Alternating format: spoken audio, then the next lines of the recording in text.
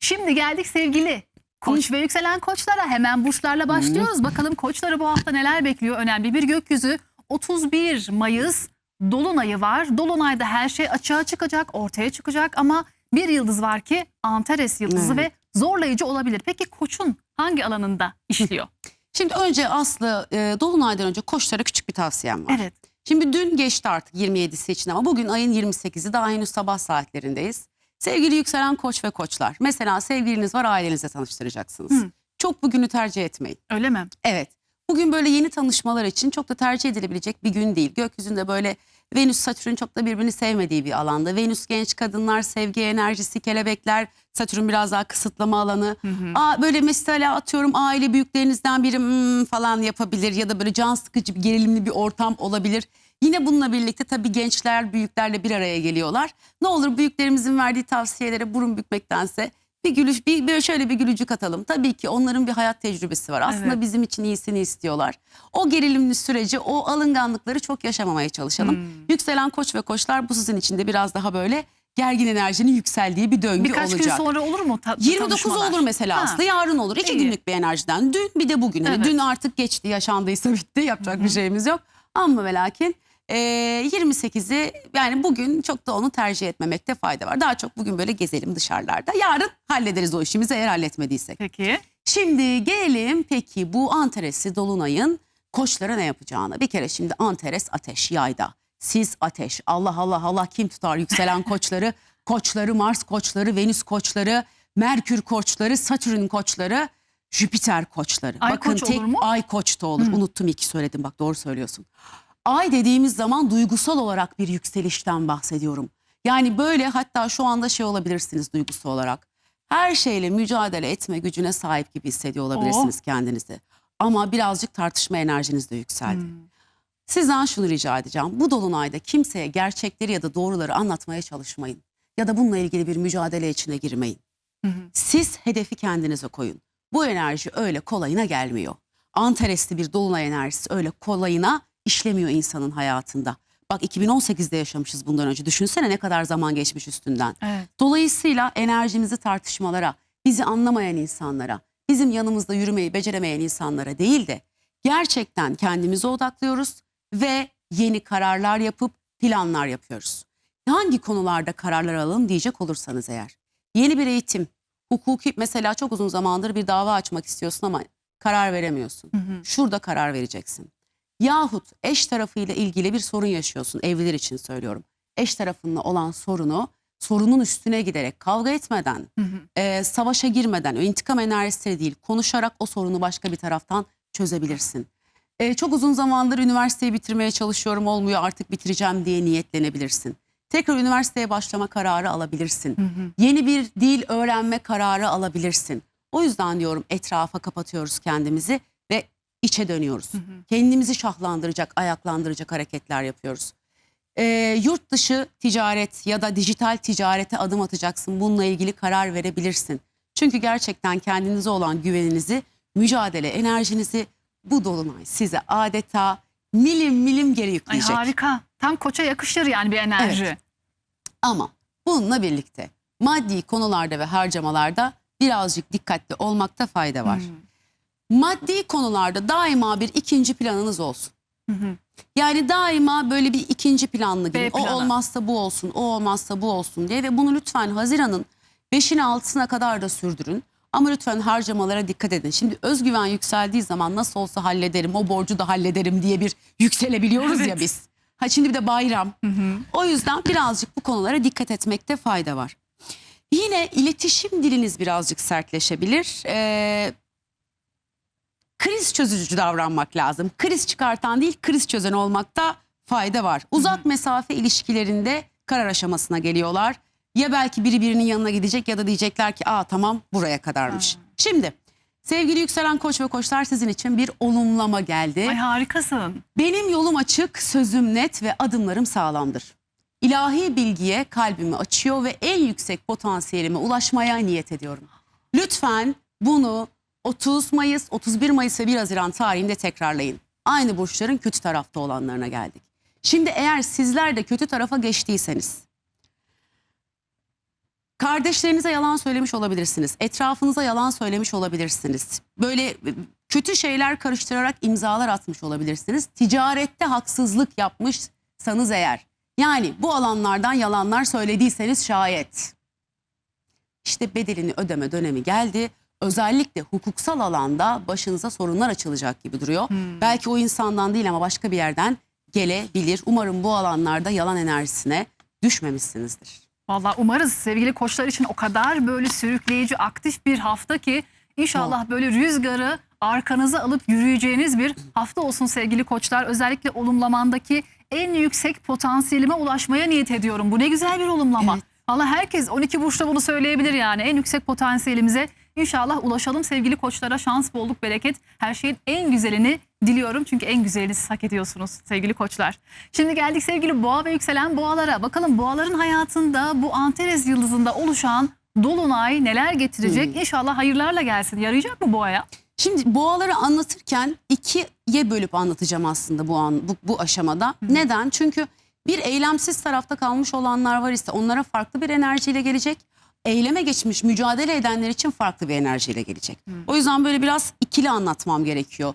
Daha verimli dinleyebilmeleri için. Evet. Şimdi sevgili yükselen boğa ve boğalar, geçmişten gelen, sizi zorlayan, aşağı çeken, duygusal ya da finansal bir kriz var mı? Hepimizin hayatında bu tip şeyler oluyor. İşte sizin hayatınızda eğer böyle bir döngü varsa artık bunu kapatmaya niyet edebileceğiniz bir dolunaydan bahsediyorum.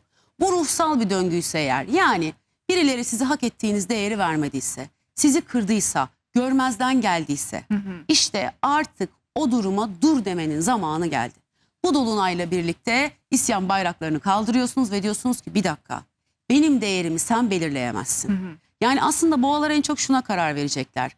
Ben kendi değerimi artık başka birinin gözünde aramayacağım. Çok güzel. Bu çok, gerçekten bütün hücrelerinizde bunu hissetmeye başladınız zaten. Başka bir taraftan finansal anlamda da finansal olarak çözülmesi gereken bir harç borç durumu var. Yahut maaşınız, aldığınız para yetmiyor ama buna rağmen siz eylemsiz kalıyorsanız, yani yeni bir iş aramıyorum ya da işimde beni yükseltecek eğitimleri almıyorum, atıyorum yabancı dil, bilgisayar, herhangi bir şey. Çünkü güvenli alandan dışarı çıkmak istemiyorum. Şikayet ediyorum ama aynı zamanda da harekete geçmiyorum. Eğer bunu yaptıysanız yahut inatla çalışmayıp başka birinin eline bakıyorsanız, siz başka birinin eline baktığınız için de sürekli olarak bir maddi zorluk yaşanıyorsa, işte bu dolunay olayları yükseltir. İş yerinde sorun yaşayabilirsiniz. Eşinize ya da ailenize maddi olarak bağlıysanız, ama bu arada çareniz var, çözümünüz var, siz o çözümü kullanmıyorsanız, ondan bahsediyorum. Bir hastalığınız var, çalışmamaktan bahsetmiyorum. Eğer siz başka birilerine bu konuda bel bağladıysanız dolunay buraları köpürtecek. Ekonomik olarak sizi o kadar sıkıştıracak ki, ya da öyle sözler duyacaksınız ki belki karşı taraftan, mecburen ayağa kalkıp tamam artık bu aşamadan sonra harekete geçiyorum diyeceksiniz. Özgürleşmeyi mi seçecek? Evet. Umarım o eylemsiz kalan tarafta değilsinizdir. Çünkü burayı biraz zorlu köpürtecektir. Ama yok. Ben maddi manevi sonuna kadar mücadele verdim. Bu hayatta hep emin adımlarla ilerledim diyenler de hem maddi hem manevi olarak çatır çatır haklarını talep edip alacaklar. İnşallah, güzel. Yani mücadele edenin hakkını sonuna kadar aldığı, maddi manevi, mücadeleden kaçıp güvenli alanda kalayım, harekete geçmeyenlerin, direnenlerin de dolunay tarafından zorla harekete geçirilmeye iteklendikleri bir döngüden bahsediyorum. O yüzden biraz ikiye ayırarak anlattım.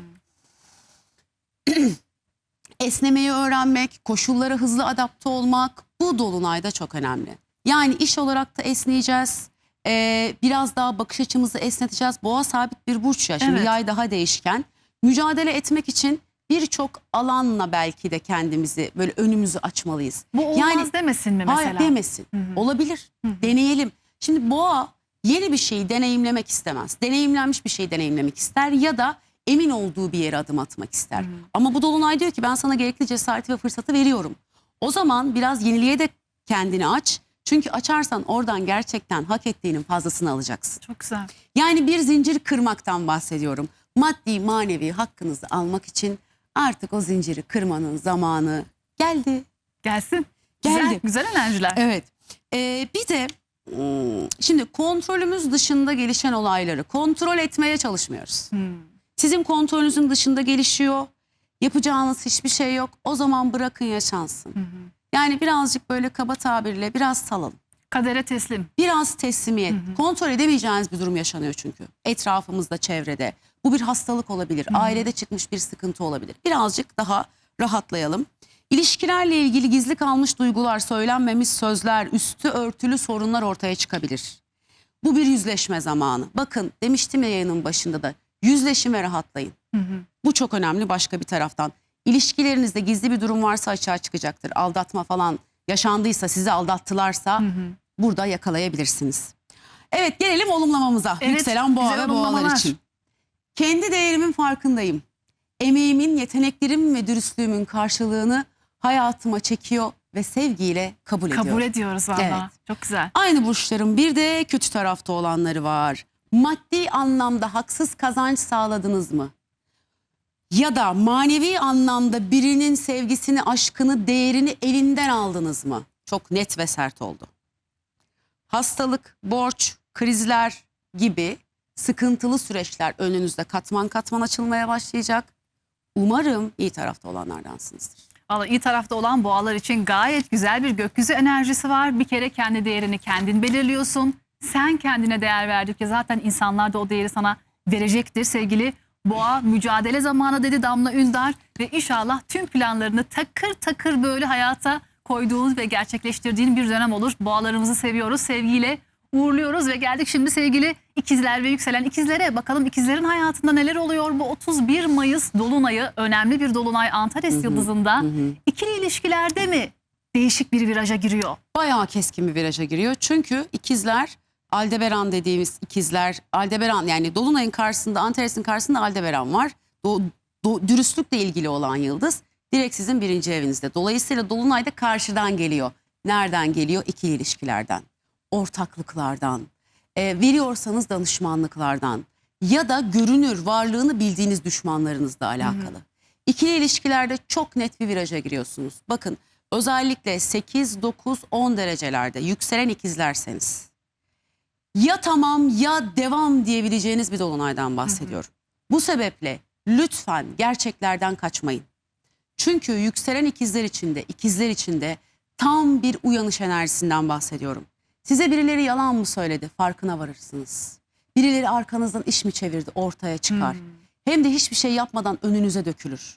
Kötüler için tam aksi olacak bu arada. Kötülere geldiğimde anlatacağım. Evet. Ama iyi tarafta olanlar için kim sizinle ilgili kötü bir şeyler düşündüyse, arkanızdan işler çevirdiyse resmen önünüze böyle halı gibi serilecek bu süreçte. Dolayısıyla hem uyanış hem de arınma zamanı. Eğer ikili ilişkilerde gerçekten çok uzun zamandır birbirinize göre olmadığınızı düşünüyorsanız, uzun zamandan kastım da 2,5 yıl. Oo. Geçtiğimiz 2,5 yılda biz çok sınandık, çok denedik ama bir türlü anlaşamıyoruz. Bir türlü bir araya gelemiyoruz. Karşı taraf bana sürekli zarar veriyor. Çok yoruldum bu ilişkinin yükünü kaldırmaktan. Gerçekten bu ilişkiyi ayakta tutmaya çalışmaktan, kafa patlatmaktan çok sıkıldım diyorlarsa çok uzun zamandır bekledikleri o tamam kararını verebilirler. Yani ya tamam ya devam mı? Evet, ya da ya biz bu ilişkiye bir şans daha vermek istiyoruz deyip uzun zamandır kendilerinde bulmadıkları bir mücadele gücüyle o ilişkiye iki elle sarılabilirler. Daha da güçlenerek çıkabilirler yani. Evet. Zaten gerçekten niyet ediyorlarsa ve arada çözülmeyecek sorunlar yok ise aldatmalardan falan bahsetmiyorum. Daha çok kafa anlaşmazlıklardan bahsediyorum. Bu dolunay niyet ederseniz orayı toparlar. Harika. Daha güçlü bir şekilde ayağa kalkarsınız.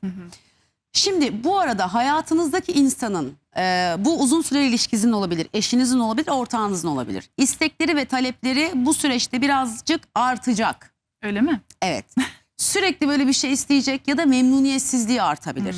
Ya da şunu görebilirsiniz. Sanki senin yaptığını beğenmiyor olabilir. Çok böyle hani böyle daha küçümser tavırlar sergileyebilir. Şimdi ikizler de dayanamayıp ağzını açarsa şimdi zekanın ve çenenin burcu başka bir taraftan. Çenenin burcu çok Ama güzel. bir şey söyleyeceğim. İkizler konuşkandır. Değil Ve mi? bir şey söyleyeyim. İkizler konuşsun dinleyin.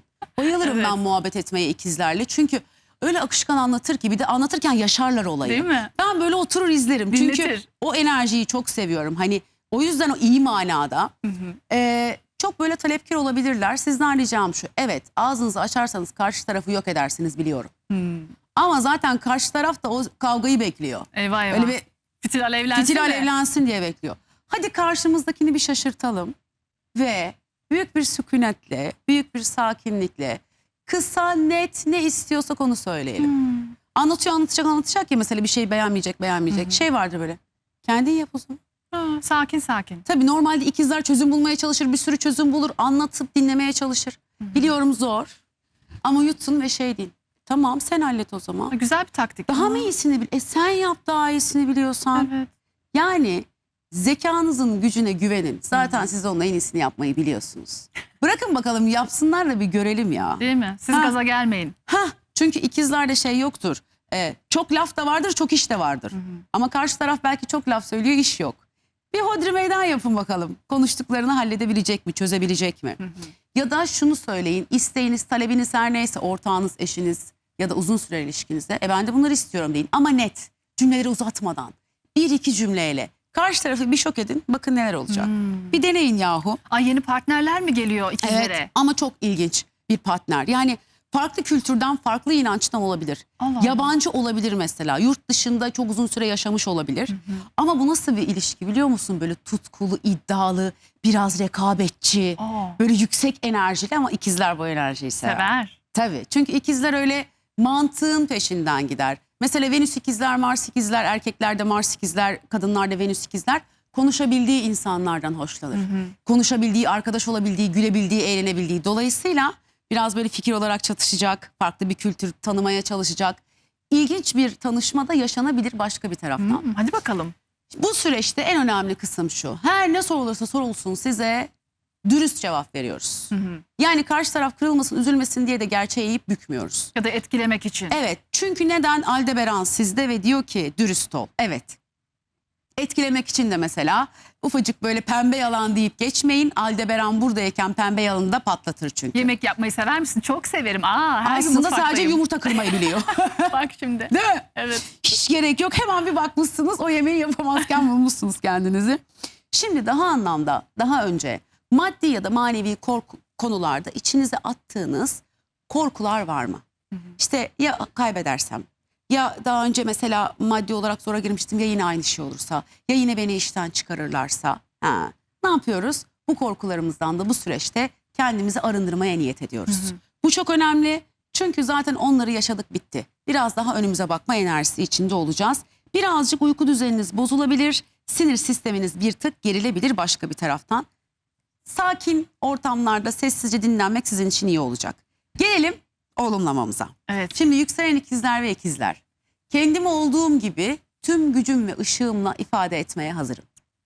İlahi adalet benimle birlikte ve yolumu aydınlatıyor. Ne güzel. Lütfen bunu unutmayın ve defalarca kendinize söyleyin. Ne diyoruz? İşte 30 Mayıs, 31 Mayıs ve 1 Haziran sabah uyandığımızda aynaya bakıp ilk bunları söyleyelim.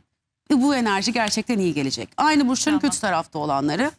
Eğer kötü tarafa geçtiyseniz tabiri caizse şu. Kötü tarafa geçip yalanın ağzına yuva yaptığı insanlardan bahsediyorum. Kötü tarafa geçtiyseniz ve yalan ağzınıza yuva yaptıysa, hayatınızı yalanlamış gibi yaparak idare ediyorsanız, kendi söylediğiniz yalanlara kendiniz de bile inanıyorsanız, gerçeklerle yüzleşme zamanınız geldi. Umarım iyi tarafta olanlardansınız. Umarız sevgili ikizler için gayet güzel şeyler duyduk. İlahi adalet seninle birlikte, hiç merak etme. Yeter ki dürüst ol, doğru yolda yürü. Sevgili ikizlere buradan şans, bolluk, bereket, her şeyin en güzelini diliyorum. Şimdi kısa bir araya gidiyoruz. Aradan sonra daha diğer burçlarımız var. Yengeçler, aslanlar, başaklar ve 12 burç. Hiç merak etmeyin. Az sonra buradayız. Hiçbir yere ayrılmayın.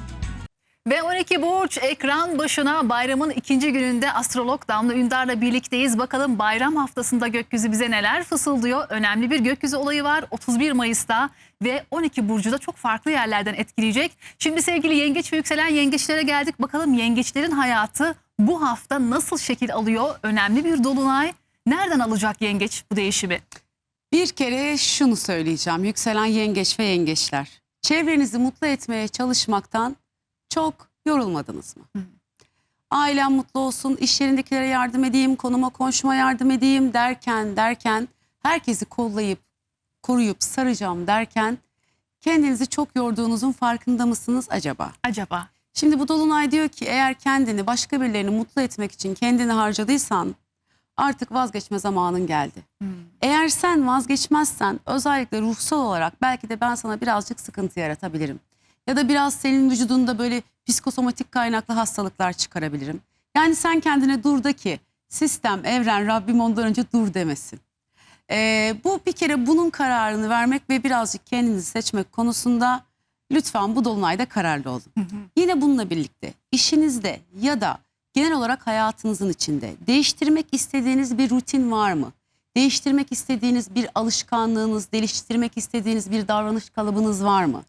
Eğer var ise sanki bunu değiştirmeden önce çevrenizi değiştirmeniz gerekiyor gibi geliyor. Bu dolunay size birazcık da başka bir taraftan bunu gösterecek.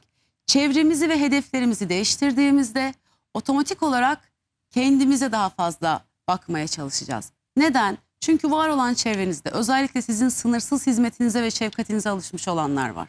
Ve siz onu birazcık vermediğinizde belki de kendinizi size kötü hissettiriyorlar. Hani hep böyle insanoğlunda şey vardır ya, verirsin, verirsin, verirsin. Verdiği müddetçe iyisindir. Bir kere bir sorun çıkar, yardıma gidemezsin, yanında bulunamazsın. Senden kötüsü yoktur. Aynen öyle. İşte sizler de size bu duyguyu yaşatan birileri varsa artık o insanları hayatınızdan çıkartma zamanınız geldi. Bu iş yerinizde de olabilir. Gündelik hayatın genelinde hayatınızdaki birileri de olabilir. O yüzden geniş bir çerçeveden bahsediyorum. Lütfen birazcık da bu gözlerle etrafımızı inceleyelim ve bu dolunayda öyle bir karar verelim ki artık benim duygularımı, benim emeğimi kimsenin kullanmasına izin vermeyeceğim diyelim. Biraz daha kendimize yöneltelim okları. Evet. Kendini ihmal edenler ekran başına ne yapıyoruz? Artık kendimizi ihmal etmeyi bırakıyoruz. Yengeç çok fedakar ya. Evet, yani korusun, beslesin, koşsun. Zaten diyorum ki hani yengeç, ay yengeç, güneş yengeç, yükselen yengeç, Venüs yengeç. Genel bir ana enerjisi var. Annelik enerji. Böyle arkadaşını da kollar, çocuğunu da kollar, ailesini de kollar. Bazen ailesinin ebeveyni olur. Ha, değil mi? Erkeği de öyle, kadını da öyle. Erkeği de öyle, kadını da öyle. O yüzden ne yapıyoruz? Birazcık daha artık kendimizi düşünmeye başlıyoruz. Sizi sömüren, aşağıya çeken, böyle iş ortamında sürekli kriz yaratan tipler var mı? Şimdi ne yapıyorsunuz? Siz o krizi çözmek için yardım ediyorsunuz. Ya da hastayım diyor, çocuğuma bir şey oldu diyor. Aslında yok ha. Ben işe gelmeyeceğim, sen beni idare eder misin diyor. Bir bakıyorsun sosyal medyada başka yerlere gitmiş. Artık bu insanların adeta bizi sömürmesine de izin vermiyoruz. Bu dolunay diyor ki kendi hakkını koruman gerekiyor. Hem iş yerinde hem de gündelik hayatında. Artık senin hakkını kimsenin sömürmesine izin verme. Çünkü dolunay neydi, yayının başında söyledim ya, mücadele gücü veriyor, dur deme gücü veriyor. Hayır demeyi çok zor beceren burçlardan biri de yengeçtir. Hayır demekte zorlanırlar. Kırılmasın, incinmesin ihtiyacı vardır der. Bu dolunay hayır diyemeyenlere tam olarak hayır demeyi öğretmeye geliyor. Ya. Lütfen gökyüzünde de böyle bir enerji varken bu enerjiyi kaçırmamakta fayda var. Yine bir sağlık sorununuz var, ne zamandır erteliyorsunuz, artık bayramdayız ama lütfen doktora gitmeye karar verelim. Ve o kararımızın peşinde duralım, artık ertelemeyelim. Evcil hayvanlarınızla ilgili yaşanan bir sıkıntı varsa çözüm olabilir. Ya da belli başlı sıkıntılar başka bir taraftan bununla birlikte çıkabilir. Umarım hiç kimsenin hiçbir alanda sağlığına başka bir taraftan da bir şey olmaz. İnşallah. Şimdi ilişkilerle ilgili de bir Evet. uyarısı var. İkili ilişkiniz içinde bu sevgililik olabilir, bu evlilik olabilir, bu uzun süreli ilişkiniz olabilir. Nişansız, yani bütün ikili ilişkilerden bahsediyorum, Evet. işin özeti. Bir bakın bakalım, siz bu ikili ilişki içinde bir bakıcıya, bir terapiste dönüştünüz mü? Ya da bir anneye dönüştünüz mü? İşte ya da bir ilişkiyi sadece alışkanlık haline geldiği için mi sürdürüyorsunuz? Eğer böyle bir ilişkiniz varsa sanıyorum onun da sonlanma zamanı ya da sizin yeter artık deme zamanınız geldi. Gelelim yükselen yengeç ve yengeçlerin olumlamasına. Başkalarının yüklerini, beklentilerini ve bana ait olmayan sorumluluklarını omuzlarımdan tamamen serbest bırakıyorum. Sosyal çevremde ve ilişkilerimde kendi sınırlarımı sevgiyle ve net bir şekilde çiziyorum. Ya. Tam bir sınır belirleme enerjisinden bahsediyoruz. Çok güzel. Lütfen size ait olmayan enerjileri sırtınızdan atın. Aynı burçların bir de kötü tarafta olanları var. kötü tarafa geçip birinin arkasından iş çevirdiyseniz, gizli gizli düşmanlık yaptıysanız, sırlarını, büyük sırlarını ifşa ettiyseniz eğer, işte bunlar resmen afişe olacaklar.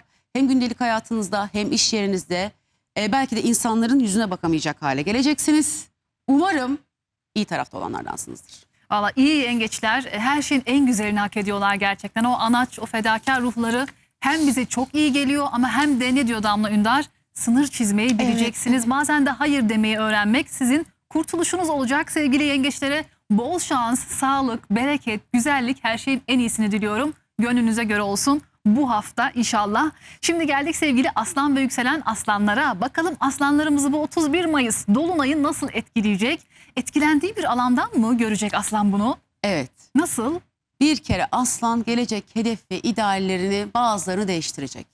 Çünkü niye biliyor musun? Aslanların sahneye çıkma yeteneklerini sergileme Ay zamanı ne diyorsun? geldi. En sevdikleri şey sahneye çıkma. Aynen öyle. Böyle ışıklarını parlatma, yıldızlarını parlatma zamanları geldi. Bulundukları sosyal ortamlarda, bulundukları çevrelerde adeta o lider enerjileri, söz geçiren enerjileri ve yıldızları yeniden parlıyor. Harika. Yeni sosyal çevrelere girmeye karar verin. Farklı işler, farklı bakış açılarıyla farklı işlere girebilirsiniz. Yeni sosyal çevrelerde, yeni insanlar da size bu alanda yardımcı olacak. Dolayısıyla hazır enerjiniz yükselmiş, yıldızınız parlarken, girdiğiniz ortamda zaten fark edilirsiniz ama daha çok fark edilme enerjiniz varken bu dolunayda artık hedeflerimizi değiştirme kararı vermenin tam zamanı. Adım atsınlar mı? Mesela yeni bir başvuru, yeni bir iş diyelim. Karar versin. Ha. Karar versin. Niye biliyor musun? Niye? Çünkü Temmuz'da sizin zamanınız başlıyor.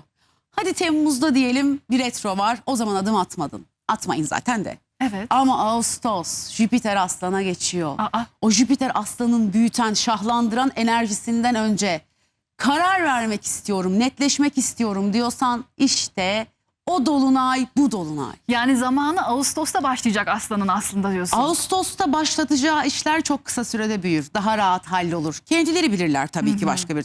Yani bu Jüpiter aslan bir aslana en kötü ne yapabilir? Kilo aldırabilir belki. Ha. Jüpiter geldiği yeri bir tık büyütebilir. Ama bunun dışında tam bir şahlanma enerjisi bir de bir sene sürecek. 2027 Haziranlara kadar haritanızın denk geldiği dönemlerde derecesel olarak şahlanacaksınız. Harika. İşte o şahlanmadan önce keskin kararlar vermek, o şahlanma esnasında size yardımcı olacak insanlarla tanışmak için müthiş bir dolunay enerjisi altındasınız. Lütfen yerinizde durmayın. İyi değerlendirin. Evet ama ufak tefek şimdi başka bir taraftan da neler? Ha bu arada sahte dostlar, sadece sizden bir çıkar sağlamak için yanınızda olanlar. Bu dolunayda ortaya dökülecek, gerçek yüzleri ortaya çıkacak. Hiç merak etmeyin. Sahte dostlukların hepsi tek tek afişe olacaktır bu dolunayla birlikte. Çocuklarla ilgili, çocukları olanlara şunu söyleyeceğim. Bu süreçte lütfen çocuklarımızla inatlaşmayalım. Çünkü sonuçta onlar sizin çocuklarınız, siz yetiştirdiniz. Onlar da söyledikleri dinlensin istiyorlar. Bu sebeple birbirinize kendi doğrularınızı diretmeyin. Biraz daha sakin bir enerjide kalmakta fayda var. 5 Haziran'a kadar çok da anlaşabileceğinizi düşünmüyorum. Özellikle ergenlik dönemleri falansa ya da böyle aşk ilişkileriyle ilgili ise eğer konu. İkili ilişkilerde ilişkisi olanlar şuna dikkat etsinler. En haklı benim fikrine kapılabilirler. Şimdi Antares yay, ateş, aslan ateş. Haklarını ve fikirlerini savunurken kendinizi çok haklı hissedebilirsiniz. Aslan'da var ama değil mi var. o? Benim dediğim aslında doğru da hadi neyse gibi böyle bir... İşte o hadi neyse demeyecek burada. Demeyecek Hayır mi? benim dediğim doğru Eyvah, diyecek. eyvah. O yüzden ikili ilişkilerde birazcık böyle şey yapın. Daha sakinliğimizi koruyalım. O ben çok haklıyım enerjisiyle kırıp dökmemekte fayda var başka bir taraftan. Bir de ikili ilişkileriniz için etrafınızda kimin yaşadığını referans almayın. Yani herkesin ilişkisi kendine özel. Herkesin ilişkisi içinde yaşanan yine kendine özel olacaktır. Başka birilerinin ne yaşadığı, nasıl yaşadığıyla lütfen bu süreçte ilgilenmeyelim. Çünkü birazcık böyle göze batabilir başka birilerinin yaşadıkları. Kıyas mı yapacak? Evet, bir kıyas enerjisine girebilirsiniz. Ondan da birazcık uzak duralım. Ha, ben aşığım ama söyleyemiyorum, ilişkiye başlayamıyorum, cesaret edemiyorum. İşin özeti, aşk için mücadele mi etmen gerekiyor? Kapılar açık. Yürü. Oh Yürü oradan. Yani inan öyle karşılaşmalar yaşanabilir ki. ya. Wow. Ama kalabalıklarda, sosyal çevrelerde. Aa. Tıkı tık tıkı tık kalabalıklara giriyoruz o yüzden. Giriyoruz, Bak aşk evet. var, iş var. Sosyal ortamlar harika. Ani tansiyon çıkışları, çarpıntılara dikkat edelim. Geldik olumlamasına yükselen aslan ve aslanların. Sahip olduğum ışığı çevreme ve sevdiklerime bir rehber olarak yansıtıyor. Onların kendi yollarında ilerlemelerini destekliyorum. Ne güzel. Siz onları ne kadar desteklerseniz evren de sizi o kadar destekleyecek. Aynı burçların kötü tarafta olanları var. Sosyal çevreni, arkadaşlıklarını kötüye kullandın mı? Kendini öyle olmayan biri gibi gösterdin mi? Aslında paran yok ama zengin gibi gösterdin ve birilerini bununla ezmeye çalıştın. Birilerine böyle baskıcı lider enerjisi yapıp o insanlara kendini kötü hissettirdin mi? Sosyal çevrene, etrafındakilere bunu yaptıysan bunun acısı özel ilişkinden çıkar. Karşılıklı bir etki çalışacak. Umarım iyi tarafta olanlardansındır. Aslanın gölge tarafı böyle kötü işliyor değil mi? Kibir, Aslanın gölge başkasını hor tarafında görme. biraz ben bilirim ve kibir. Karanlık ve gölge tarafında bu var, evet. Evet, kötü bir taraf. Oraya ama geçmiyoruz, o tarafa geçmiyoruz. geçmiyor. Gerçekten iyi aslanlar kendi ışığını arkadaşına, yanındakilere de yansıtır. Onlara paylaştırır, verir, vericidir. Çok böyle alçak gönüllü olur. O zaman aslan asıl aslanlığını göstermiş olur. İnşallah o yoldan devam. Sahne ışıkları sizin için açık. Gönlünüze göre olsun, her şeyin en iyisini diliyoruz sevgili aslanlara. Ve Ağustos'ta da çok parlayacağınız bir döneme giriyorsunuz. 1 yıllık bir dönem. Bence bunun için bile sevinmeye değer bu hafta. Bak, Tabii. taksın zilleri, oynasın. Ağustos'ta parlıyor inşallah. Sevgili Başak ve yükselen Başaklara geldik. Bakalım Başakların hayatında neler olacak? Bu 31 Mayıs Dolunay'ı her şeyi açığa çıkarıyor. Başakların hangi alanında gerçekleri ortaya çıkacak? İlginç bir denk geliş oldu sevgili yükselen Başak ve Başaklar için. Niye Damla diyecek olursan. Şimdi bayram, aile bir arada, herkes bir arada, akrabalarla bir aradayız. Özellikle aile içinde geçmişe dayalı miras sebebiyle, bir alacak verecek davası sebebiyle, bir hak sebebiyle, bir tarla sebebiyle Evet. bir sıkıntı yaşanmışsa bu dolunayla birlikte tekrar eski konular alevlenebilir. Biraz aile içinde güç savaşları, kimin sözü geçecek, benim sözüm geçecek gibi böyle birazcık daha kontrolsüz enerjiler yükselebilir. Bir tık eski defterlerin açılmasıyla bir tık böyle krizli konuşmalar yaşanabilir. Lütfen haklı çıkmaya çalışmak için hırsla, öfkeyle hareket etmeyin. Şimdi Başak bütün ayrıntıları hatırlar. Bütün ayrıntıların farkındadır. Dolayısıyla o ailede bir şey olmuşsa eğer, olmuş olan her şeyin Z raporu, tüm detayları o Başak'ta var. Evet, biliyorum, tüm ayrıntıları hatırlıyorsunuz. Kimin kime ne yaptığını hatırlıyorsunuz. Ama ve lakin bunu konuşurken, bunu ortaya koyarken daha uzlaşmacı bir dil sergilemenizde fayda var. Evet, maalesef ortamın krizini çözecek olan sizsiniz. Bu görev size düşüyor bu alanda. Ama sonrasında inanın takdirini göreceksiniz. Birazcık bu süreci iyi yönetmekte önem var. Ne zaman görecek takdiri? Biraz daha onun için böyle yazın bitmesi gerekiyor. Peki. O takdiri göreceği dönem için. Şimdi yine bununla birlikte ani bir taşınma kararı, yer değişikliği ve ev tadilatı gündeme gelir. Ama bu böyle ani birden haydi bakalım deyip bir ev değişikliği, taşınma, şehir değişikliği. Mesela çok uzun zamandır şehir değiştireceksin ya da ev değiştireceksin, bir haber bekliyorsun, bir iş haberi bekliyorsun ya da bir evden haber bekliyorsun. Hiç ummadığınız anda bu haber gelebilir ve paldır küldür Ay, o inşallah. değişiklik başka bir taraftan yaşanabilir. Şimdi kariyeriniz konusunda ve hedefleriniz konusunda ailenize ve çevrenize dürüst davranmanız gereken bir dönemdesiniz. Şimdi önünde bir süreç var, çok çalışacaksın. Eve belki çok az gideceksin. Belki ev sorumluluklarını daha az yerine getireceksin. Bunu söylemeye çekiniyorsun. Lütfen çekinmeyin. Ya da benim gelecek hedeflerim ve ideallerim ailem ve sevdiklerim tarafından onay görmez diye yapmak istediklerinizi saklıyorsanız buradan da sorun çıkacaktır. O yüzden biz ne yapıyoruz? Kimin ne düşündüğüyle ilgilenmiyoruz. Gelecek hedeflerimiz her neyse, hayatta kendimizi nerede görmek istiyorsak bunu açık yüreklilikle söylemenin tam zamanı. Mesela üniversitede bir bölüm okuyorsundur ama sen orada mutlu değilsindir, bırakmak istiyorsundur. Bunu gizlemenin anlamı yok. Çünkü nasıl olsa ortaya çıkacak er ya da geç. Evet. Bunu bir şekilde söylemeniz gerekiyor. İş değiştireceksiniz, söylemeniz gerekiyor.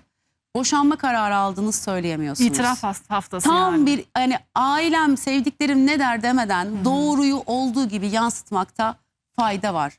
Bununla birlikte aile içinde yaşanabilecek bazı gerginlikler olursa da bunu özel hayatınıza ya da işinize lütfen başka bir taraftan da yansıtmayın. Size hizmet etmeyen, kalıplaşmış sabit davranışlarınız olabilir. Ama sana hiçbir şekilde hizmet etmiyor. Yani sana hiçbir faydası yok o hareketin.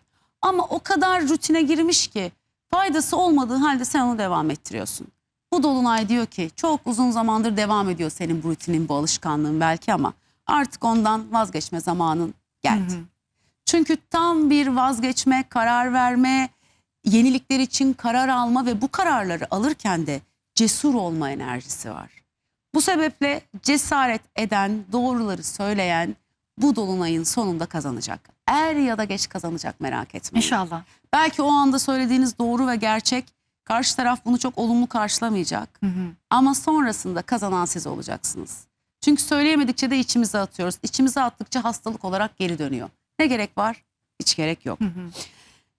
Gayrimenkul, toprak, mirasla ilgili meseleler varsa ve siz bir sözleşme imzalayacaksanız lütfen maddelerini dikkatli okuyun. Özellikle maddi bir yükümlülük gelecekse birazcık dikkat etmekte İmza fayda atabilir var. ama bu hafta. Çok yani zaten bayram, şu anda resmi işlemler olmuyor. Birazcık en azından 1-2 Haziran'ı beklemekte fayda var. Mide hassasiyetleri yaşayabilirsiniz. Gelelim yükselen Başak ve Başakların olumlamasına. Ailemle ve atalarımla olan tüm bağlarımı sevgiyle şifalandırıyor. Bana hizmet etmeyen eski kalıpları sevgiyle serbest bırakıyor. Harika. Hemen fotoğrafını çekin. Evet. Paylaşın. Başak Burcu yakınlarınız, arkadaşlarınız kim varsa onlara dağıtın. WhatsApp'tan gönderin ki bu olumlamalardan herkes faydalansın. Evet. Zaten YouTube Hayatta Her Şey Var kanalında da açıp tekrar izleyip bu olumlamaları okuyun. Aynaya bakarak söyleyeceğiz, Evet. değil mi? Aynen. Bir de aynı burçların kötü tarafta olanları var. Evet. Siz de kariyeriniz için ya da hayatta kendinizi görmek istediğiniz yer için yalanlar söylediniz mi? Yalanlar söylemenin dışında başka birilerine kendilerini yetersiz hissettirerek onların hak ettiği başarıyı, onların hak ettiği sevgiyi, onların hak ettiği kariyeri ellerinden aldınız mı? Tam karşıt açıda çalışacak. Aile içinde hissettiğiniz huzur, düzen her neyse bozulur.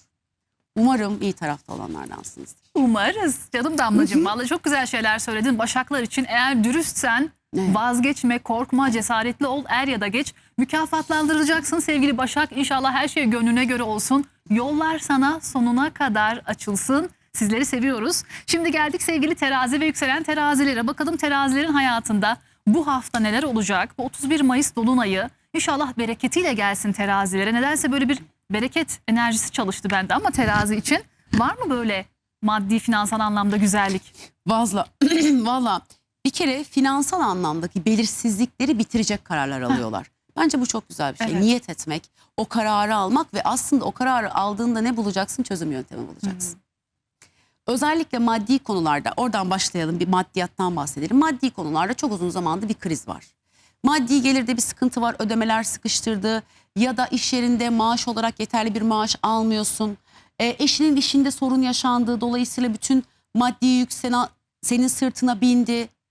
Öyle bir enerji geliyor ki çok uzun zamandır düşündüğün ama bulamadığın çözüm yöntemi çat diye gelebilir kafana.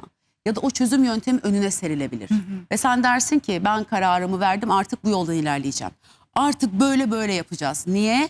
Çünkü yükselen terazi ve teraziler dengenin bozulmasından korkarlar. Ama öyle bir dolunaydan bahsediyorum ki cesaret, gözü karalık, kararlılık enerjisi yükseliyor. Buna da ihtiyacım vardı bir yükselen terazi olarak Güzel. başka bir taraftan. Dolayısıyla maddi konularda çok böyle net kararlar alıyorsunuz. Yine bununla birlikte başka keskin kararların da eşiğindesiniz. Mesela kafanız bazı konularla ilgili netleşiyor. Neler? Çok uzun zamandır birine söylemek istediğin bir şey var, söyleyemedin.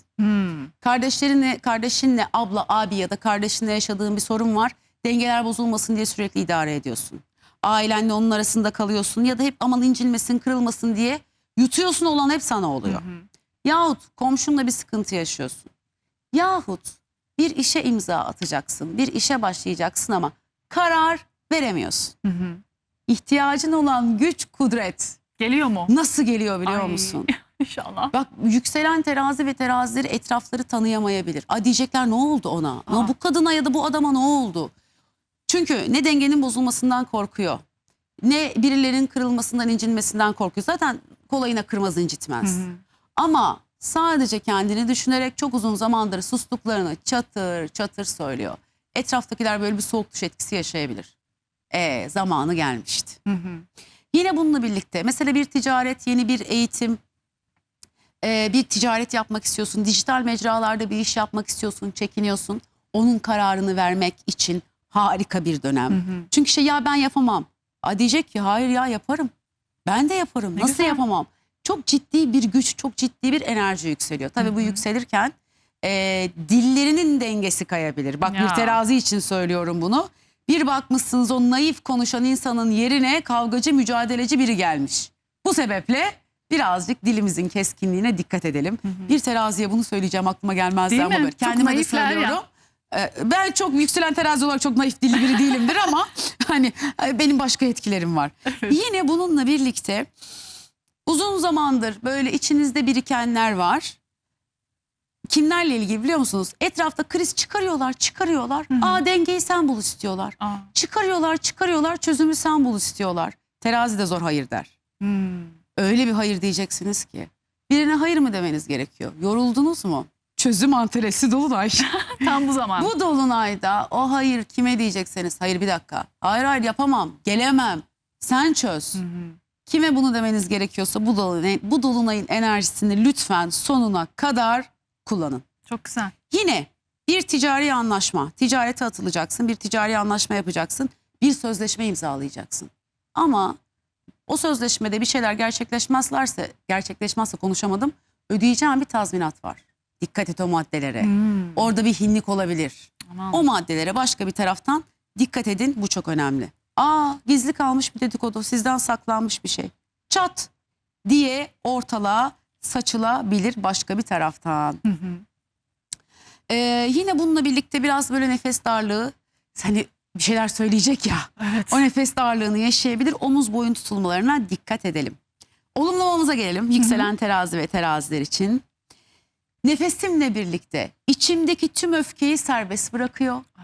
İlahi adaletin kusursuz işleyişine güveniyor.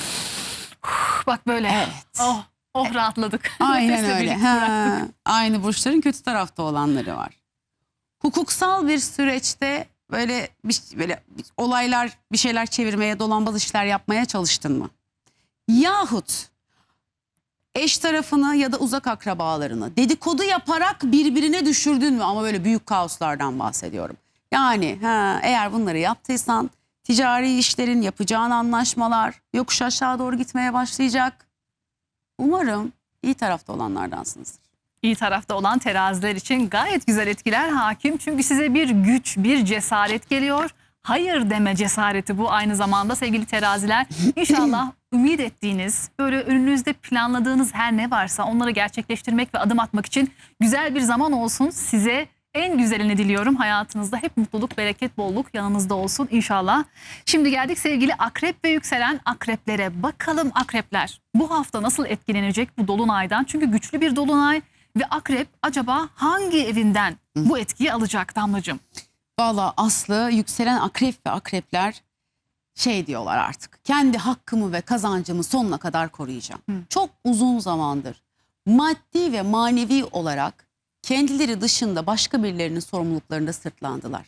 Bu eşleri olabilir, ortakları olabilir, uzun süreli ilişkileri olabilir. Hem maddi hem manevi anlamda kendilerini paralıyorlar. Böyle bir konu varsa eğer hayatınızda, artık omuzlarınızdan o yükü atmanın zamanı geldi. Ferahlayacaklar mı? Omuzlarından o yükü atarlarsa ferahlayacaklar. Zaten artık hakikaten çok yoruldular. Atıyorum eşleri gereken sorumluluğu almıyor. Maddi ya da manevi fark etmez.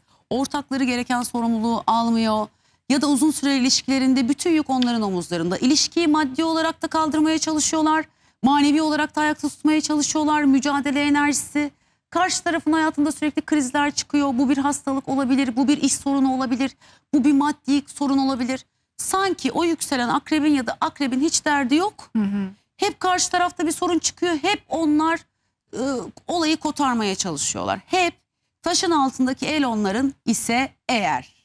Öyle bir noktaya geldiler ki akrepte şahlandı mı, isyan etti mi duramazsınız önünde. Eyvah eyvah. Eğer bir akrebi bu noktaya getirdiyseniz buradan dönüşü yok. O top oradan dönmez. Dolayısıyla eğer bir akrebe böyle bir şey yaşatıyorsanız çok ciddi bir tepkiyle karşı karşıyasınız. maddi manevi tüm sorumlulukları üstünüze, size ait olan sorumlulukları üstünüze bırakıp yeter artık diyorlar.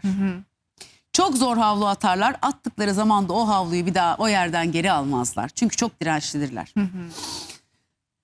Maddi manevi artık sorunlarını kendileri için çözecekler. Çok Ya da üstüne belki gitmeyeceğiz. ya da belki evlatları için çözecekler. Lütfen maddi manevi yükselen akrep ve akreplerin üstüne sorumluluk yüklediyseniz o sorumlulukları hemen onların üstlerinden alın. Onlar patlamadan alın. Parayla ilgili size birileri yalan söyledi. Eşiniz, ortağınız ya da sevgiliniz. Bir borç var söylemedi. Kredi çekti söylemedi. Aslında ödenecek bir sürü şey var, her şey iyi dedi. İşten çıkarıldı söylemedi. Maaşı çıktı düşürüldü söylemedi. Yalan söyledi ya, kandırdı. Ya da alacak var dedi, aslında alacak falan yok. Yani özetle maddi konularla alakalı sizi birileri dolandırmaya, uyutmaya çalıştı. İse eğer bu dolunayla birlikte ne varsa teker teker önünüze dökülecek. Ya belki de bayram, onunla görüşeceğiz, bununla görüşeceğiz. Belki de kulağınıza gelecek. Değil mi? Belki de aile içine gireceksiniz. Bir bakmışsınız mesela, size dedi ki bir ödemem vardı, oraya yaptım ama başka birine yardım etmiş. Bak. Başka birine vermiş o parayı. Üstelik sizin de bir daha ona para vermediğiniz birine para vermiş. Mesela bunlar varsa eğer yakalayabilirsiniz başka bir taraftan. Partnerinizin, eşinizin ya da iş ortağınızın inatçı, değişime direnen, sadece kendi konforunu düşünen tavırları var ise, eğer böyle bir tavır içindelerse bu olay doğrudan sizin aile ya da kişisel bütçenizi zorlayabilir. Bu dolunayla birlikte. Ve şu soruyu soracaklar. Ya bu ilişkiyi ayakta tutmak için niye hep ben bedel ödüyorum? Yani hep karşı taraf kendini düşünüyor. Fazla harcama yapıyor belki de. Finansal anlamda aynen öyle. sınırı aşıyor. Ya da konforu bozulmasın diye iş değiştirmiyor. Aslında daha iyi kazanabilir ama iş değiştirmiyor.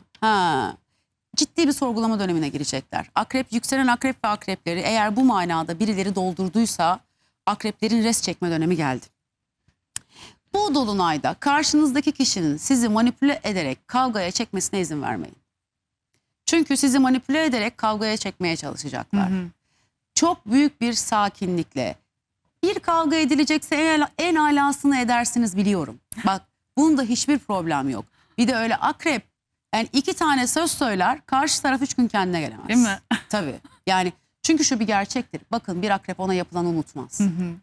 Unutmaz. Çat Yani diye de söyler bir bir anda. lafı birinin suratına çat diye çarpmak için 20 yıl bekler gerekirse, ama o lafı çarpar, unutmaz. Zaten bir kavga edecekseniz 2 lafla karşınızdakini şahmat edebilirsiniz. Ama onu istiyor. Sizi kavgaya çekmek istiyor. Manipüle etmeye çalışıyor. Kanmayın. Kim bu, partneri mi? Evet. Partneri, ortağı, uzun süre ilişkisi. Deyin ki yok. O işler artık geçti. Bakın, inanın karşı taraf saçını başını yolacak.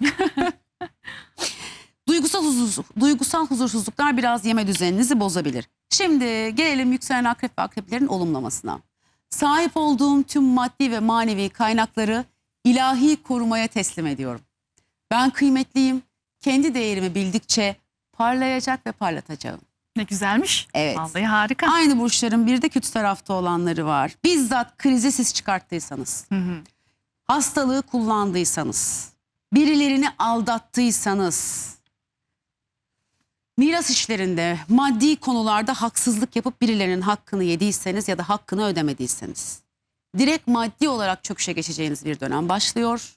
Umarım iyi tarafta olanlardansınızdır. Sevgili akrepler için dikkat dedin, özellikle yalan söyleyenlerin mumu yatsıya kadar olacak ve bütün gerçekler ortaya çıkacak.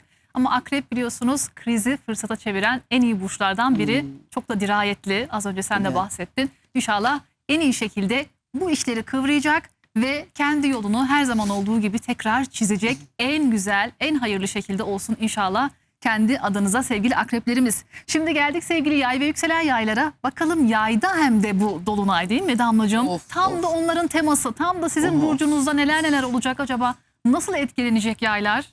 Valla zaten tutamamaya başladık ve önümüzdeki birkaç günde bir yayı tutamazsınız.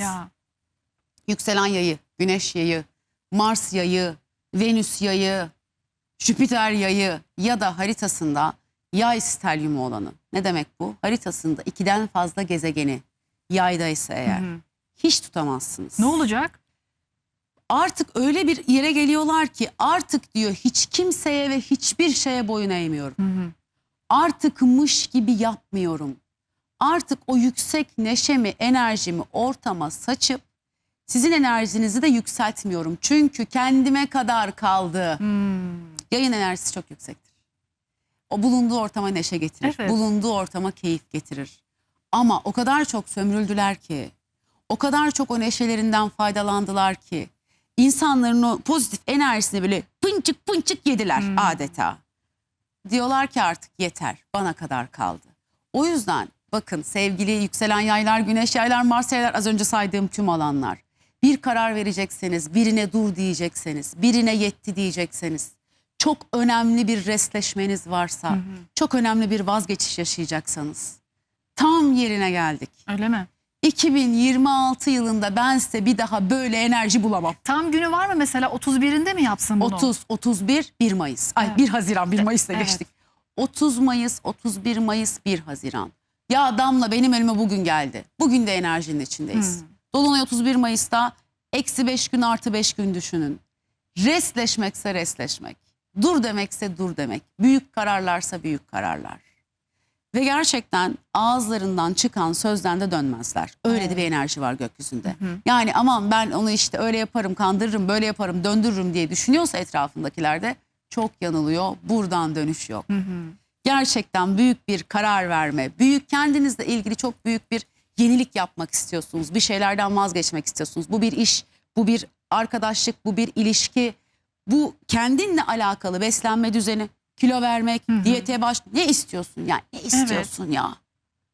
O büyük kararın eşiğindesiniz. İkili ilişkilerde Tabii. kendi özgürlüğünü ilan edecek diyorsun. Evet. Nasıl yapacak bunu? Evet. Yani o ilişki eğer o yükselen yayı ya da Venüs yayı, Mars yayı boğduysa artık kendini o ilişkinin içinde sadece böyle sürükleniyor gibi hissediyorsa diyecek ki bir dakika. Şimdi yaylar ilişki içinde neşelidirler. Yay çok zor bağlanır bu arada. Bunu kabul ediyorum. Yay çok zor bağlanır, evlilik kararı zor alır. Yayı masaya oturtmak zordur. Özgür ama burç. evet, ama birine de tamam dediyse eğer o insanın hayatını buradan alır, zirveye taşır. Neşesiyle, idare etme şekliyle, derin bilgisiyle, ama karşı taraf sürekli onu yiyorsa, özgürlük alanını kısıtlıyorsa, eğer bir yükselen yay ya da yaya bunu yapıyorsanız bu dolunay son noktayı koyacağı dolunay olur. Der ki artık bitti. Dolayısıyla özellikle ikili ilişkilerde iplerin gerildiği bir döngü var. Kimin kuralı geçerli olacak, kimin söylediği olacak. Çatışması başka bir taraftan yaşanabilir. İlişkiniz bu manada test edilebilir. Burada konu ne biliyor musunuz? Dürüst olacaksınız. Beklentiniz neyse o. Kendinizi evlilikte, özel ilişkide sıkışmış hissediyorsanız bu dolunayda yapılabilecek en güzel şey şu. Lütfen kendinize ait alanlar açın. Yani farklı, birbirinden ayrı alanlarda vakit geçirin. Çok iç içeyseniz eğer biraz daha kendi hobilerinizi ayrı ayrı yapın. Mıç mıç olmayın. Evet, birazcık birbirinize özgürlük alanı tanımanız bu süreçte çok önemli. Zaten buralarda bir sorun varsa daha çok gerileceğini görürüz. Evliliğinizde ya da ortaklığınızda süre gelen yalanlar varsa, uzun zamandır böyle yalanlar var, üstü örtülüyor ya da üstünü örttüğünüz sorunlar varsa, karşı tarafın üstünü örttüğü sorunlar varsa, idare edilen durumlar varsa bu dolunayda tüm yalanlar ortaya çıkar, sabırlar tükenir. Kim artık eteğinde ne kadar taş varsa döker. Yükselen yaylar için özellikle ilişkilerin test edileceği bir dönem. Ama bu testten geçerseniz o ilişki çok uzun süre ve kalıcı gider. İnşallah. Evet. Hadi bakalım. Öyle de bir testten bahsediyorum. Zaten buralarda sıkıntı varsa artık bir bitiş kararı verilebilir. Bu arada evlilikten çok uzun zaman yay zor oturuyor ya masaya. Evet. Korkuyor mesela. Bir bakmışsınız evlilik kararı almış başka bir taraftan bak da. sen. Evlilikten bağlanmaktan korkan yayların da bir cesaret, istiyorum seni artık tamam diyebilecekleri bir döngü de bu. Hadi bakalım. Bacaklara ani kramplar girebilir, kas sorunları yaşanabilir. Yükselen yay ve yayların olumlamasına geldik. Kendimi olduğum gibi tüm şeffaflığımla ifade etmeye hazırım. İlahi adaletin rehberliğinde kendi yolumda güvenle ilerliyorum. Lütfen kendinize bunu söyleyin. Aynı burçların kötü tarafta olanlarına geldik. Evet. Özellikle ikili ilişkilerinizde, evliliğinizde, ortaklığınızda yalan söylediyseniz, bakın büyük yalanlar, ya şöyledan bahsediyorum: aldattın, kandırdın, işte parayla ilgili bir şeyler söyledin. Evleneceğiz diye bekletiyorsun. Sana aşığım. Bizzat kendi sağlığınız sıkıntıya girebilir. Direkt sağlık sorunu olarak geri dönebilir size bu yalanlar. Ya da bizzat işte böyle aynaya bakarsın, kendini beğenmezsin, yüksek huzursuzluklar başlar. Umarım iyi tarafta olanlardansınızdır. İyi tarafta olan yaylar için büyük kararlar dönemi, özellikle ikili ilişkilerde dedin, ya tamam ya devam dönemi de olabilir. İnşallah en güzel şekilde kaderiniz yazılsın. En güzel kararları verin. Hayat yolculuğunuzda öyle güzel mihenk taşları dikin ki ya ne güzel kararlar almışım da geleceğime yön vermişim diyeceğiniz bir hafta olsun sevgili yayları. Sevgiyle, mutlulukla, huzurla uğurluyoruz. Geldik şimdi sevgili Oğlak ve yükselen Oğlaklara. Bakalım Oğlakların hayatında bu dolunayla birlikte neler olacak? Hangi değişimler sizin hayatınıza girecek? Ben de merak ediyorum. Acaba kontrolü çok sever ya Oğlak. Evet. Kontrol etmeyi bırakacak mı? Özellikle aslında kontrol edemediği şeyler için savaşmayı bıraksın. Şimdi yükselen Oğlak ya da haritasında çok fazla Oğlak olanlar. Evet. Kontrol edemediği şeyler için savaş ve mücadele etmeyi bırakma zamanı geldi. Çünkü bazen o akışı da izlemek lazım. Şimdi zaten Oğlaklar, yükselen Oğlaklar, çok fazla Oğlak olanlar o kontrolü şunun için sağlarlar. Aman o düzen bozulmasın. Aman bir şeyler inşa edildi, oralardan sıkıntı çıkmasın. Aslında bunu başka birileri için yapıyordur. Çünkü zaten o kendi hayatını kontrol eder. Yani bir yükselen Oğlak kendi hayatının ipini kimseye teslim etmez. Etrafıyla ilgili bu kontrol mekanizması onu çok yordu. Bırakın siz bir şeyleri kontrol etmediğinizde bakalım çevrenizdekiler ne yapıyor. Düşmelerine izin verin. Kendileri için mücadele etmelerine izin verin. Biraz daha içe çekilin. Kendi özünüzü şifalandırma zamanınız. Özellikle yükselen Oğlaklara söyleyeceğim, dikkat etmeleri gereken bir şey var. Evet.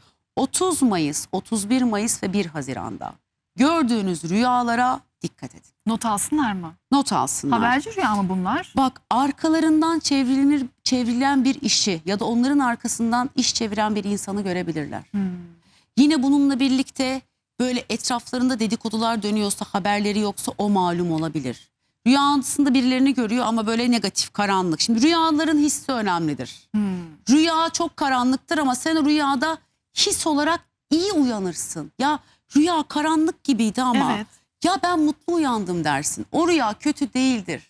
Lütfen, çok yanlış yorumluyoruz rüya Gece görürüz enerjisini. mesela bazen. Gece sanki kötü gibi ama hissiyat mı burada Ama önemli? sen bakın, rüyanızın hissiyatı çok önemlidir. Sen o rüyadan mutlu uyandın. O rüyaya kötü deme. Rüya çok güzel. Her yer yeşillik, ferahlık. Ama sen sıkıntılı uyandın. O zaman orada sana bir uyarı var. Dolayısıyla rüyanızda ne hissettiğinizi, o insanı görüyorsun rüyanda, sana ne hissettiğini hatırlıyorsan, negatif bir şeyler hissediyorsan, sıkıntılı hissediyorsan şöyle bir kaşı kaldır bakalım. Acaba buradan bir şey mi gelecek diye düşünebilirsin başka bir taraftan. Yine başka bir yerden eski sevgililerini gördün. Uzun zamandır görmüyorsun. Eksler geldi rüyaya. Rüyaya geldi. Ben de gerçeğe geldi sandım. Ha yok, rüyaya geldi diyelim. Vallahi seni anıyor olabilir. Öyle mi? Böyle aranızda serbest bırakman gereken bir bağ olabilir. Hemen öyle şey değil. Bu insanla aramda ne varsa görünür görünmez tüm bağları kesiyorum. Belki kesmek istemiyor, gelsin istiyor. Ne yaptığına bağlı. Bu çok kişisel haritanıza göre değişir. Bir şey Evet. söyleyemem. Büyük hatalar yaptıysa olmaz aslı. Ama hani kafayen anlaşamadınız, fikren anlaşamadınız, doğru zamanlarda bir araya gelmediniz belki. Bak, onun oluru var. Evet. Bazen olabilir o Belki iş. bir sinyal bu değil mi? Tabii Geri belki dönüş bir için. sinyal. Rüyalar önemli. O yükselen Oğlak ve Oğlaklar özellikle yükselen Oğlaklar. Rüyalarınız çok önemli. Yine bununla birlikte iş hayatınızda, şimdi eğer siz iş hayatınızda bildiğiniz yerden dosdoğru ilerliyorsanız, yani kimse umurunuzda değilse, kimsenin malında, mülkünde, kariyerinde gözünüz yoksa, ardınızdan çeviren işler varsa o insanların ayağına dolanır. Bir bakın bakalım önümüzdeki bu geçtiğimiz 5 gün ve ondan sonraki 5 gün içinde bir bakın bakalım, bir anda birilerinin işleri ters gidiyor mu? O insanlar sizin arkanızdan iş çeviriyor olabilir, özellikle iş yerinde. Çok yükselen Oğlak ve Oğlaklara bak, bayağı bir etrafı izleyecekleri kaynıyor doneler vallahi. verdik. Şimdi bununla birlikte çocuklarımıza gelelim, evli olanlar. Çocukların istekleri ile sizin fikirleriniz çatışabilir. Yükselen Oğlak ve Oğlaklar için de böyle bir enerji var. Ne yapıyoruz? Çocuklarımızla bu süreçte çok da böyle çatışmamaya çalışıyoruz başka bir taraftan. Birazcık bu arada gizli saklı ilişkiler varsa bitmesi gereken, Onlar ortaya çıkacak. Umarım böyle bir şeyler olmamıştır bu arada da. Uykusuzluk yaşayabilirsiniz. Birazcık haberiniz olsun. Sabah yataktan yorgun uyanabilirsiniz başka bir taraftan. Gelelim yükselen oğlak ve oğlakların olumlamasına. Kontrol edemediğim tüm durumları, olayları ve kişileri sevgiyle ilahi sisteme teslim ediyorum. Görünür veya görünmez tüm negatif enerjilerden korunuyorum. Ay, evet. Ruhum ve bedenim ilahi bir koruma altında. Ay harikaymış. Aslı sende stelyum var, bunu 3 gün. Bunu 3 gün söyleyeceğim. Bunu 3 gün söyle ne olur. Evet. Sende de o stelyum var, bu çok etkili Değil mi? olacaktır. Aynı burçların bir de kötü tarafta olanları var. İş için, kariyer için, statü için. Yalan söylediniz mi, hak yediniz mi? Bak çok net gelecek burada. Eğer bunları yaptıysanız bu aşamadan sonra şu iç huzurunuz pek kalmaz. Kafanızın içindeki sesler de susmaz. Yani şunu yaşarlar. Hiç mutlu değilim. Parası vardır, pulu vardır, mevkisi vardır ama. Umarım iyi tarafta olanlardansınızdır. Valla oğlaklar için rüyalara mesaj var. Dedik evet. rüyalara dikkat edecek. Rüyalarınızı not alın. Rüyalarda belki de buluşuruz diyeceğiniz neler neler yaşayacaksınız merak ediyorum. Rüyalarınızı hemen yorumlara yazın. YouTube Hayatta Her Şey Var'da okuyoruz çünkü o yorumları. Çok enteresan rüyalar çıkıyor bazen. Ay Aslında bu gece rüya gördüm diyenler Bir şey oluyor. söyleyeceğim. Rüya ile ilgili. Evet. Rüyalarınızı kimseye anlatmayın. Ya. Evet. Rüyaları kimseye anlatmayın. Suya mı anlatsınlar? Akan suya anlatın. İyi o Ne zaman. olur O rüyaları zaman anlatmayın. anlatmayın. Merak ettim ama. Evet, evet ama şeydir, rüyalar anlatılmaz. Anlatılmaz değil mi? Yok. Kendinize bir deftere yazın ya da akan suyu an. Eskiler şeydir, aç suyu anlat, hatırlıyor musun? Evet, musluğu aç anlat. Biliyorlar bak, kadim bilgi çok önemli bir şey. Evet. Ne kadar iyi biliyor eskiler, anlatmayın. Çünkü iyi niyet var, kötü niyet var. Aynen Bizim öyle. niyetimizden şüphe Evet. etmiyorsunuz zaten. İyi niyet bizde ama kötü niyetli olanlar belki Bilemiyoruz. farklı yorumlayabilir rüyaları. İnşallah en yüksek hayrınıza olsun. Ne olacaksa zaten olacak ama oğlaklar için en güzeli olsun. Onu diliyorum canı gönülden. Çünkü Aslı kötü niyetli insanlar senin rüyandan senin bilinçaltına nasıl sızacağını çözer. Oradaki kodları çözer. Bilemiyoruz dediğin gibi. Evet. O Kim iyi yüzden kim kötü biz işimizi ne yapalım? sağlam alalım. Garantiye alalım. Peki geldik sevgili kova ve yükselen kovalara. Bakalım kovaların hayatında bu hafta nasıl açılımlar var? Gökyüzü neler söylüyor bayram haftasında? Dolunay bu kadar yüksek bir enerjiyle geliyorken kovaya iyilik, güzellik ve bereket getiriyor mu? Getiriyor ve şu soruyu soruyor yükselen kova ve kovalara. Gelecek hedeflerin için, hayallerin için ne kadar ileri gidebilirsin? Neler yapabilirsin? Nelerden vazgeçebilirsin? Ne kararlar alabilirsin? Bu dolunay adeta sizin cesaretinizi sınayarak ve başka bir taraftan da yükselterek yeni hedefler ve yeni adımlar için karar almanızı istiyor. Çünkü yıldızınızın parlama zamanı geldi. Hadi bakalım. Bu sebeple bu dolunay sınırları zorlayarak sizi zirveye çıkaracak bir enerjiye sahip. Ne yapıyoruz? Özellikle sosyal çevremizde daha görünür oluyoruz. Yeni insanlarla tanışıyoruz. Farklı fikirdeki insanları dinliyoruz. Çünkü o farklı fikirdeki insanlar o anda belki sana boş konuşuyor gelecek. Ya da hiç senin kafa yapında biri değil. Ama söyleyeceği bir cümle böyle hop ışık lamba. yakabilir. Aha. Aynen öyle. O yüzden ne kadar ileri gidebilirsin? Hedeflerin için nelerden vazgeçebilirsin, kimlere dur diyebilirsin. Bu anlamda da sosyal çevrenizde elemeniz gereken insanlar da ortaya çıkacak. Özellikle böyle maske takmış sahte dostlar. Bunlar ortaya çıkacak. Ya da sen zaten bunların farkındasın. Artık onları hayatından çıkartma zamanın geldi. Onları hayatından çıkar ki gelecek hedeflerinde sana engel olan tipler onlar. Onlar şöyle bir kenara çekilsin. Belki senin vizyonunu küçültüyorlar. Belki negatif konuşuyorlar, yapacağın işten vazgeçiyorsun. O maskeli tipleri biliyorsunuz. Onlara bir dur deyin. Onlara dur demenin zamanı geldi. Yine bununla birlikte şimdi benim bir gelecek hedefim var. Bir hayallerim var. Bunu hayatınızda varsa sevgilinizle ya da çocuğunuzla, eşinizle lütfen açık açık konuşun. Bu kısım çok önemli. Yani ben şöyle hedefler belirledim. Belki bir süre şehir dışına gitmen gerekecek. Daha uzun çalışman gerekecek. Yüksek lisans yapmaya karar verdin. Üniversiteye karar. Bu o kadar değişken ki biri için. Yani sen gelecekte kendinle ilgili ne hedefliyorsun? Emekli olmaya karar verdin. Olabilir tabii. Yeni bir hobiye başlamaya karar verdin. İş sektörünü değiştirmeye. her neyse o büyük adımınız. Lütfen daha sonrasında sıkıntılar yaşanmaması için, gelecek gökyüzü pozisyonlarını bildiğim için söylüyorum. Daha sonrasında sıkıntı yaşanmaması için bunu sevgilinizle açık açık konuşun. Eşinizse eşinizle konuşun, çocuklarınızla konuşun.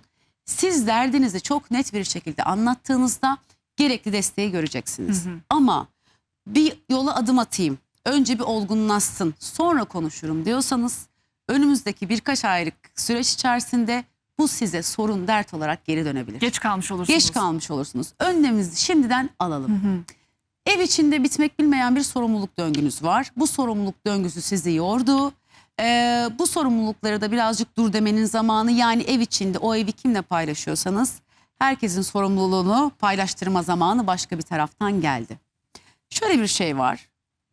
Arkadaş olduğunuz biri, yani bir arkadaşlık çok büyük bir aşka dönüşebilir. Yani uzun yıllardır süregelen bir arkadaşlık olabilir mi? Olabilir. Var öyle şeyler. Mesela Var. 10 yıldır arkadaşız diyor, bir anda aşka tutuluyorlar. Ya zaten şimdi siz kovasınız. Arkadaş olmadığınız biriyle evlenemezsiniz ki. Değil mi? Kafayen anlaşmanız gerekiyor. O yüzden olmaz olmaz demeyin efendim. Büyük bir aşka dönüşebilir. Gelelim olumlamalarına, yükselen kova ve kovaların.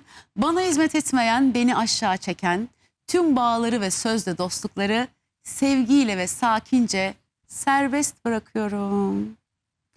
Bu arınmayı kendinize lütfen yapın. Aynı burçların bir de kötü tarafta olanları var. Konu direkt şu. Aşkta sorumluluktan kaçtın mı? Birini beklettin mi? Birini aldattın mı? Ya da çocuğunun üstüne çok ağır baskılar, yükler yükledin mi? Kendi yapamadıklarını onun yapmasını bekledin mi? Onun düşüncelerine, hayallerine adım atmadın mı? Fırsat vermedin mi? Yalnızlaşıyorsun. Sosyal olarak kova kalabalıkları sever. Yalnızlaşıyorsunuz. Sosyal alanınızdan kabul görmemeye başlıyorsunuz. Umarım iyi tarafta olanlardansınızdır. Kova ve yükselen kovalar için özellikle maskelere dikkat edin. Evet. Yakın çevrende, dostlarında bir eleme sürecine girebilirsin. İnşallah en yüksek hayrına olsun sevgili kova. Gönlünde hangi güzellik yatıyorsa onları bir bir gerçekleştireceğin bir hafta olsun canı gönülden. Size tüm güzel dileklerimi gönderiyorum. Şimdi geldik sevgili balık ve yükselen balıklara. Canım balıklarımız. Ay siz minnoşlar. Ay bu minnoşlar ne yaşayacak bu Aslı hiç dolunayda? değiller öyle. Minnoş değil mi? Aman yükselen balıklar Deme. balıklar. Bir şey söyleyeyim mi? Görünür olma, kendini ortaya koyma, otorite olma, masayı yumruğu vurma zamanları. O kadar. Öyle bir enerji var. Ne sakinler, ne duygusallar. Yükselen balıklar ortalık alev alev yanıyor. Ne Bak oluyor su öyle? grubu ortalık alev alev yanıyor. Kendini bu hayatta görmek istediği yer ve konumla ilgili, işiyle ilgili, kariyeriyle ilgili. Diyecek ki bir dakika, onun yerine birileri karar veriyorsa diyecek ki sen artık benim yerime karar veremezsin. Ya da birileri duygusal tarafından etkilemeye çalıştı, bugüne kadar etkiledi, artık etkilenmiyorlar. Balık gibi değil de böyle çok realist, akılcı davranacakları. Ya masaya yumruk vurmak istiyorsunuz, tam zamanı, tam yerindeyiz. Kendinizi bu hayatta nerede görmek istiyorsunuz? Hangi işte görmek istiyorsunuz? Etrafınızdaki insanlar size baktığında ne görsün istiyorsunuz? İşte bununla alakalı adım atma ve karar verme zamanındasınız. Minnoşluk bitti. Hiç öyle bir şey yok. Hiç. Bir şey söyleyeyim mi? Yani masaya yumruk vurma zamanındalar. Balıklara bak sen. Ama biz çok ihtiyaçları vardı. İş hayatınızda, etrafınızda çok ciddi bir zirveye çıkma arzusu tetikleniyor.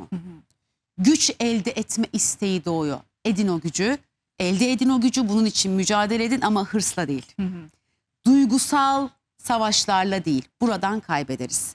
Ya da dürüstçe net savaşıyoruz. Bu dolunayda şey var ya, böyle olayları çarpıtmak, yalan söylemek bizi ters bir yönde etkiler. Dürüstçe ne istiyorsak çat çat gidip alabiliriz.